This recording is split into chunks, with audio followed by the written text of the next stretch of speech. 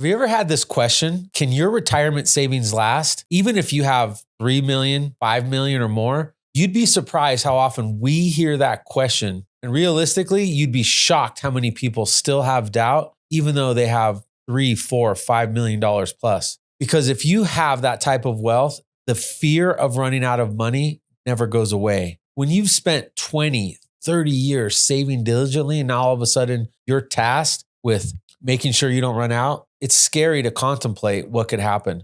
I'm David. Welcome to the channel. In this video, I'm going to show you how you can stress test your retirement income, not based on hope, not based on averages, but based upon your lifestyle, your goals, and real world unpredictability. Let's dive into it. So now we're going to take you through our planning software. And this is the type of technology and tools that we use when we meet with prospective clients. So who we have here is Jane and John Sample. These are hypothetical clients. And you can see they have about $3 million in different IRAs, Roths, and after-tax accounts, and they have a little bit of cash savings. When we go through their facts, again, what you can see here is they're about 62 and they want to retire a little bit earlier than Social Security. You know, some of their financial priorities are retirement planning, investment management, minimizing taxes. You know, they want to provide a legacy. They definitely don't want to run out of money. And because they're retiring before 65, they want to make sure they have the appropriate coverage. Their goals are they want about $120,000 per year in after-tax retirement. You know, current assumptions, we have inflation at about 3%. You know, investments are getting anywhere between 4 and 6%. So the next thing we're going to go into is a cash flow report to show them just realistically, you know, is that $120,000, you know, going to work? So what you're going to see going from left to right is that here's when they want to retire. Income flows are Social Security or pensions. Planned distributions will be RMDs. Total expenses are the $120,000, which we factor in for inflation and taxes. And then you can see net cash flow is what they're going to have to do is they're going to have to dip into their portfolio to supplement, because for these two folks, we're not taking Social Security until later. And then down the road, under planned distributions at 75, you can see that's when their RMDs are due.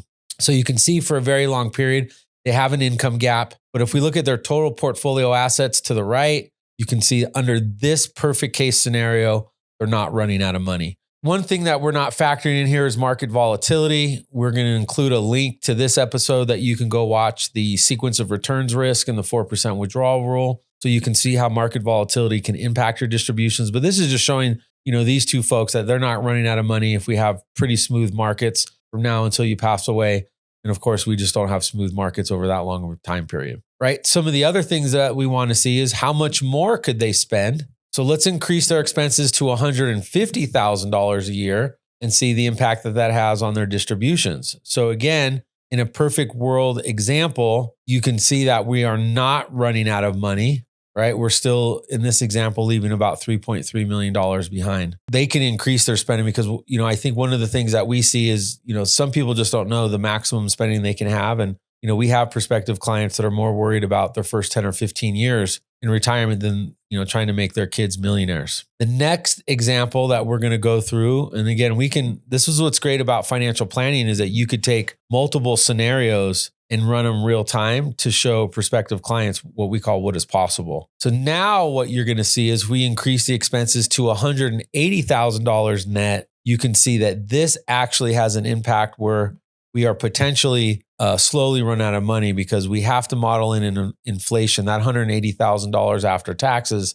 You know, we have to model that you have to pull out more as you go. So, you know, if you've got, you know, $3 million or so of net worth and you're wondering how much you can spend, you've got Social Security, maybe you have a pension, you know, $120,000 and $150,000 actually work really well. But, you know, when you get to $180,000 net, you can see that, you know, we're slowly here running out of money. I don't think that that's a scenario where anyone wants to run into because, you know, you also have to factor in market volatility, healthcare, long-term care events. You still want, you know, gas in the tank at the end of life because you never know what's going to happen. The second thing that we also do for clients is we run what's called Monte Carlo scenarios. And really what a Monte Carlo scenario is, it's allowing us to show you the probability of success based upon these three different outcomes. Alrighty, so you can see what a Monte Carlo simulation is taking that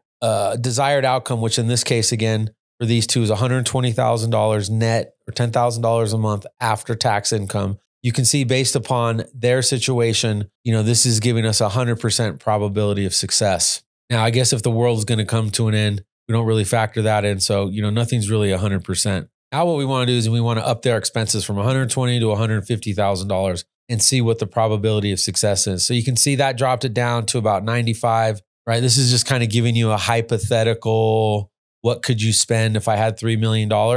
And then if we up those expenses to $180,000 a year, then you're going to see their Monte Carlo. Now you can see, I don't really like the 60% probability of success because you have to think over a 25 or 30 year retirement, we're going to have a couple bad years in the market. And you also have to assume that as you get older, you may need substantial money for long-term care, someone taking care of you, self-insure, or whatever that looks like. So $180,000, I think might be a little bit too much, but something between $120,000 and $150,000, I think is spot on when it comes to the question is, hey, David, we have $3 million. How much can we spend? So we are attaching a video link in the description below that talks about the sequence of returns risk, which is market volatility and the impact that it has on distributions, and our investment philosophy, which is the 3-bucket approach. Watch that video because it complements the video that we just went over. Thanks for watching. We'll see you at the next one.